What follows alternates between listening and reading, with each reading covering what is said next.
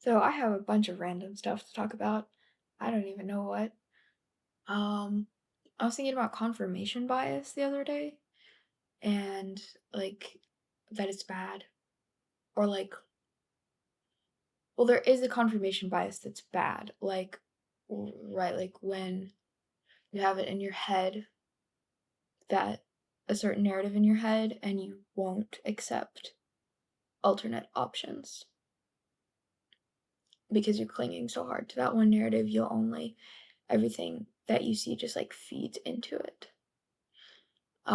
But in another sense, this pattern of having a deeply held, almost like more unconscious or emotional, subjective belief, and then building what you observe in the world like feeds into that is also just kind of how humans work.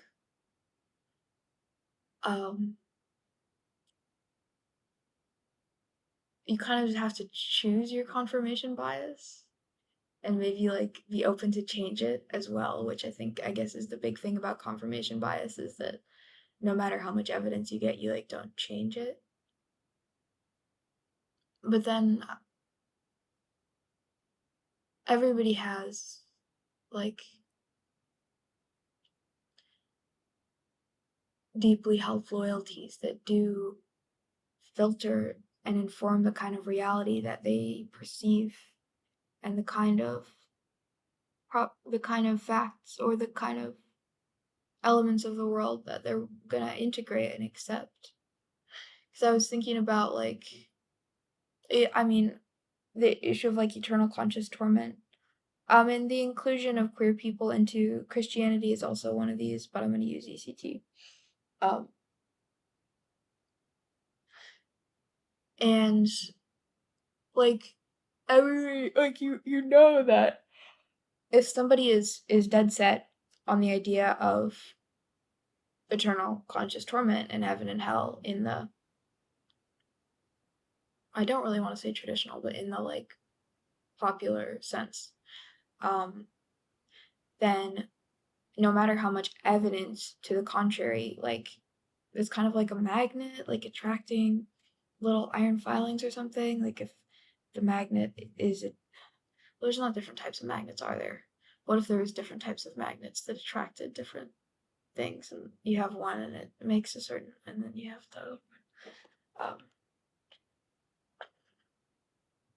I forgot how to talk. I have been thinking my own thoughts and writing fan fiction for a while, and that's it. My braces hurt. I hate having braces. They still are hurting me. Um, anyway, like, yeah, I mean, they won't be convinced. And whereas if you have somebody who sees it like that there is universal reconciliation, you can hit them with all of the eternal conscious torment verses, and even if they don't have a specific logical answer for why that particular thing, like, and they can't pick it apart logically, it just won't stick. Like, you can give me 20 verses about, you can give me all the arguments, and like, sometimes I don't have like a logical response, and like, but it's still just, it doesn't stick. I'm like, okay, but what I see is, and like, I guess like, because it starts with empathy and it starts with what you're willing to like open your eyes to see. Like, there's always no argument or change of opinion or exchange of opinion is purely about like purely on the level of propositional logic. There's always a deeper layer of people's biases. I don't know, people's the shape of their perceptions that influences what they're gonna confirm in the world. Like, yeah, I mean, I'm not saying that the idea of confirmation bias that we should be like, well, confirmation bias is good or anything. Like, it's a thing. Like, confirmation bias is a harmful pattern. Um, But it is kind of maybe to like properly get over your confirmation bias, you also have to recognize that everyone is biased in some way, or like that truth is relational.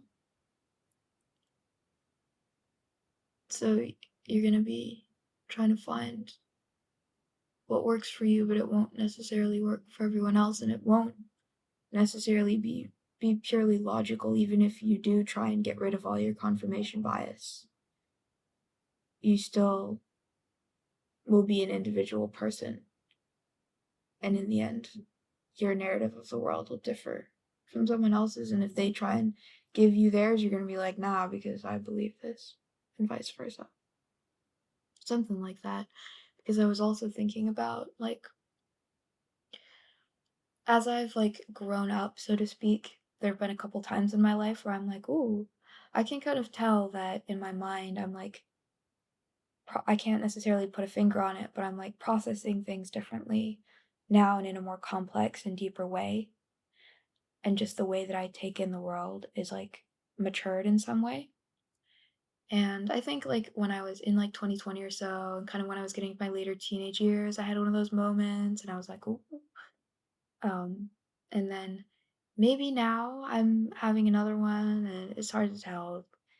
Um, but certainly something that I've been coming to terms with through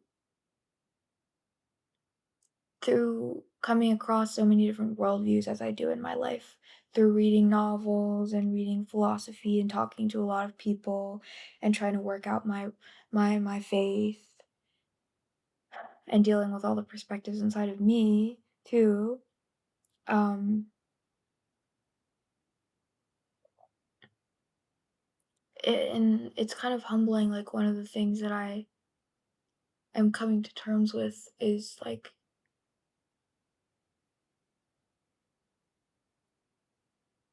I think I made another video about this, but like, I am a certain type of person, and like my soul is structured a certain way, and I'm gonna experience the world in a certain way. That's no matter like events and the nature of things exerts pressure on me, but I also exert pressure outward. Well, the path to get some water.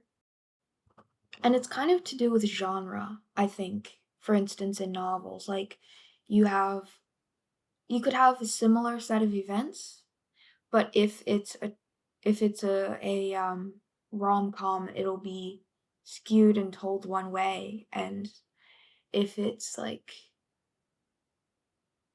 a tragedy, it'll be in another way. Or if it's like an Ernest Hemingway style, very materialistic, sort of bare bones, cynical view of events, it'll be told another way. And then you add the fact that we get to choose what we do in life and kind of what decisions we make that bring us into a certain kind of world that gives even more control over kind of the genre and like, but not universally, not the nature of the whole universe for everyone, but just the kind of world that you or that I live in. Like the way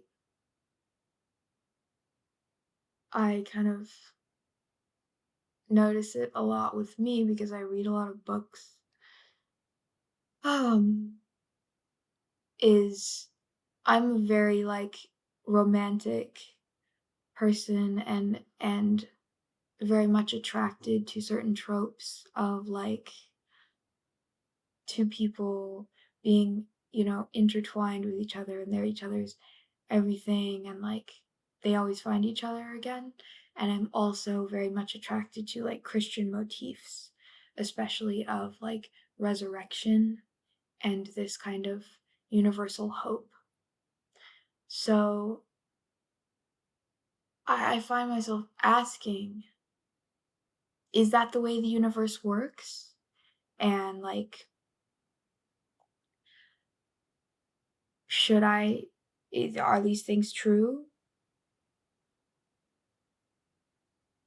And that's kind of the wrong question in a way, because I sort of like, a lot of things exist in the universe, and I'm attracted to a certain subset of them, and I will always find those things.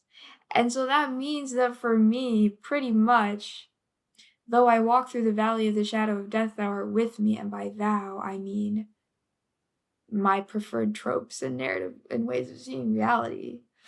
Like, I feel like even if I was, because there's certain books, and I'm speaking in level of fiction because I don't necessarily want to get into my personal circumstances, but it's definitely true that my circumstances, if someone else was in my shoes, they would probably frame them differently than I have. But like, even if there's books that I'm like, oh, the view of the universe that this book presents, I don't like it, and I feel imposed on it. And I'm like, oh, is the universe really that way? Like, is that how things are? Should I try to conform myself to the view that the author seems to be like presenting? And most recently, I was rereading the Locked Tomb series, which is so brilliant. I mean, obviously. I mean, I guess not. Like, my audience probably isn't in the lesbian necromancer Tumblr strata of things.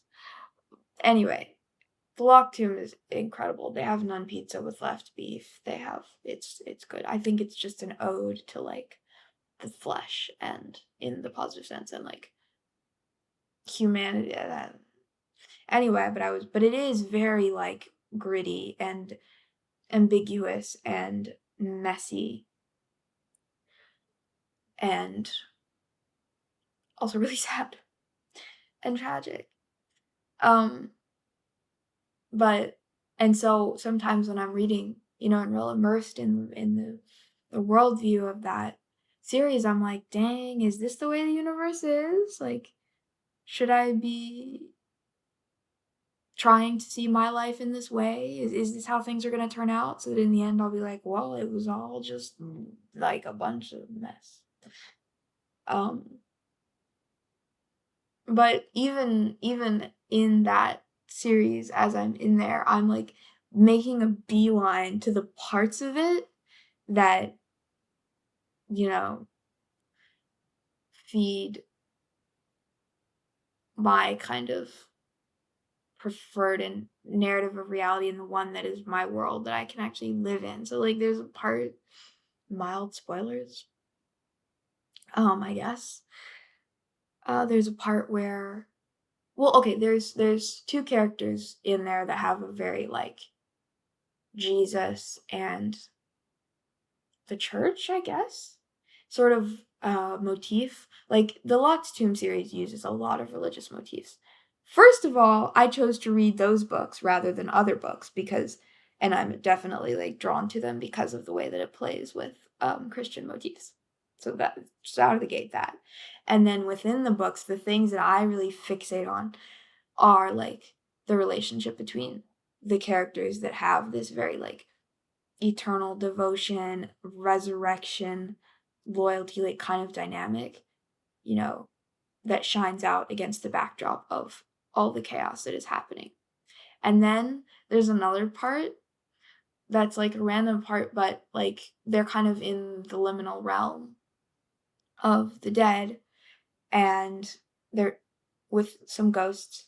And one of the ghosts who is adept in kind of the spirit realm thing, because they have kind of different divisions of necromancy. There's like flesh and bone and spirit, and she's a spirit person, and she like she's she's leaving and she's gonna go back out into the liminal realm, and she says she's gonna go find some kids who have died, and she says, I believe that this realm was called the river. Okay, maybe slightly major world building spoilers. I don't know. But she says, I believe this realm can be traversed and that there is a river beyond, and that there's something that the kind of ruler and creator and shaper of our necromantic realm here, he's not omnipotent. There's stuff that he doesn't know about, and there is a realm beyond, I believe, that like we don't know, and that our knowledge doesn't touch, and that I believe that my field of research has been hampered by the lack of willingness to accept this possibility of the unknown, and like I'm gonna go wade out there and try and find it. And then the plot moves on. But I'm like, wait, yes, tell me more about this. Like, I suddenly saw what I would be if I was like dropped into that world, which probably is that I would make a beeline. Like, I would probably have a completely different perspective on that world than a lot of the main characters of those books. I would make it into some sort of apocatastasis. Like, I'm certain that I would find a way to do that. Because it's just who I am. Like, I guess those elements, like, do exist in the universe, and I'm gonna make a beeline for them, always. Like, that's a random part of the book. That's not what the story is about in any way. But I think, to the extent that I could exert a pull on my own narrative, that's what my story would be about if I was dropped into that universe. I'd be like, yeah, the mysticism of the river beyond, and like also probably be in love with someone. And that would be my story if you came and asked me, like, what do you think the nature of the universe is? I wouldn't be able to give you all of the like gloriously messy and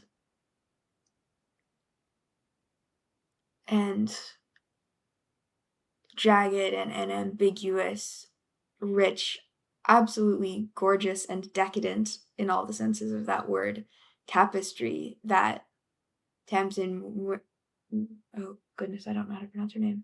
Muriel? I'm gonna say it the French way, even though she's not French. Has the author has created out of this world. Like, I would be like, I would have a very what would probably be an oversimplification of it, and like wherever you would put me, I would do that. Like, another story world that I'm involved in is the Maze Runner. Spoilers for the Maze Runner. In the Maze Runner, it's another of those worlds that's kind of like ambiguous. It's not, the Maze Runner is even less than Locked Tomb. It's not a spiritual book in any way. It's about the here and now. It's about the love of people in the here and now. And it's about the gritty, realities of war and moral conflict and how no one's quite 100% right and such. And there's a lot of kind of tragic, random death. And so basically my kryptonite, randomness. And but I can't, like, when I engage with the Maze Runner to watch it, to write fan fiction about it, or anything, I make it into something. Like, I change it just by observing it, I don't want to bring up quantum physics because I know that real people actually understand what's going on in quantum physics would be like, that's not what we're talking about. But as a complete metaphor, the fact that observing something changes it. Like, yeah. And it's kind of humbling for me to realize that. It's reassuring because I'm like, yea, though I walk through the valley of the shadow of death, thou art with me. Like, whatever happens, whatever situation I'm thrown into, whatever novels I read also, um, I'm gonna find my way to make it into a shape that I'm familiar with and that's home to me. And certainly having perspectives that differ wildly from that enrich and challenge and build up. I don't just want to steamroller through all the nuance, but to some extent I do, and I always will. Because if you give me a tragedy, you know, in the end, um, I'll go maybe through a time of like, oh, damn, that ouch is tragic in such lurid and complex ways, and like taking in I don't know, the tragedy of it all. But in the end, the only way that I know how to see those kind of jagged edges and tragic ends is to try and fix it and to try and like tie it off and open it up into some sort of hope or yeah, to basically put the pattern of resurrection into it and see it as an incomplete um story. Like that's the only way that I know how to view like tragedy and stuff. And whereas there are people I imagine who have a more embodied view of the thing and who have a more like like I don't know how to say what I'm trying to say. But yeah, there's people who can just kind of sit in it and I can't sit in it. Like I always kind of fix it. Now like obviously there's an aspect of this where again you don't want to get into confirmation bias, and I don't think I am. I am open to new ideas to my own detriment. Like I see things even outside of my frame, and they cause me to always have to be questioning my frame. But the more things change, the more things stay the same. So far, I find that it's like, spirals. Like I'll go through times of, oh, everything is chaos and nothing makes sense and I don't know who I am and I don't know what the universe is. But then in the end, my sort of fundamental vision of things comes back stronger and more complex and more varied and more capable of containing more nuance, but it'll never contain all the nuance because in the end I like certain tropes and those are the ones that I put myself in. Those are the vines that I abide in, you know? Like if that's available, that's where I'm going. And it is humbling in a way that like there will always be I can't like discover what is the universal fundamental nature of the universe. At least, I mean, you can discover that kind of thing on like a very, very, very high level, but as soon as you come down to some extent into the world of history and embodiment, then I can't discover the fundamental nature of history and embodiment for everybody and get myself in there and like be safe and know that I know all the truth because I don't, because there will always be people and like perspectives and worlds, honestly, that are outside of that and they continue to be outside of that and that intersect with mine, but I can't fully step into those. They can't fully step into mine. It's a little uncomfortable for both of us. There's a constant push and pull, and all that I can do is, take my lesbian necromancy story that's given to me and be like, ooh, the unknown spirit world, and ooh, intense, pure love and devotion, and ooh, and like take, and engage with and participate in the threads of it that feed my confirmation bias.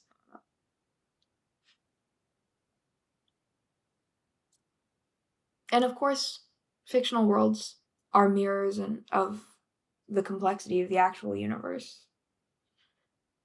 And if you were to ask 5 different people what the nature of the universe is, they'd give you 5 different responses from their experiences, and probably those 5, they're all accurate in a way, and 2 people can be healthy and effective in their worldview, and yet they could have differing worldviews.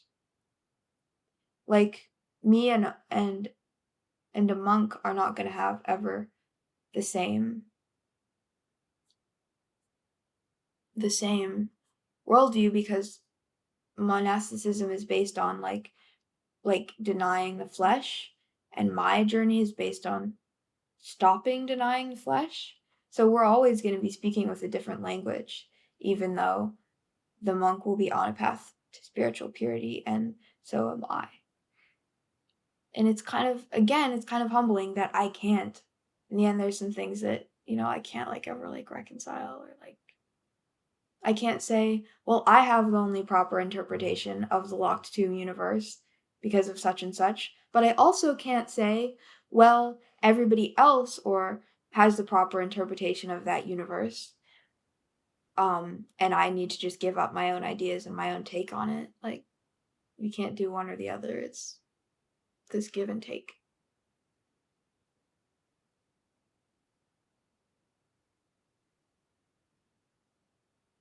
You can take the person out of the apocatastasis, but you can't take the apocatastasis out of the person. And we are all co-creators / sub-creators of reality. And it's a very powerful thing. And it's humbling. And also comforting.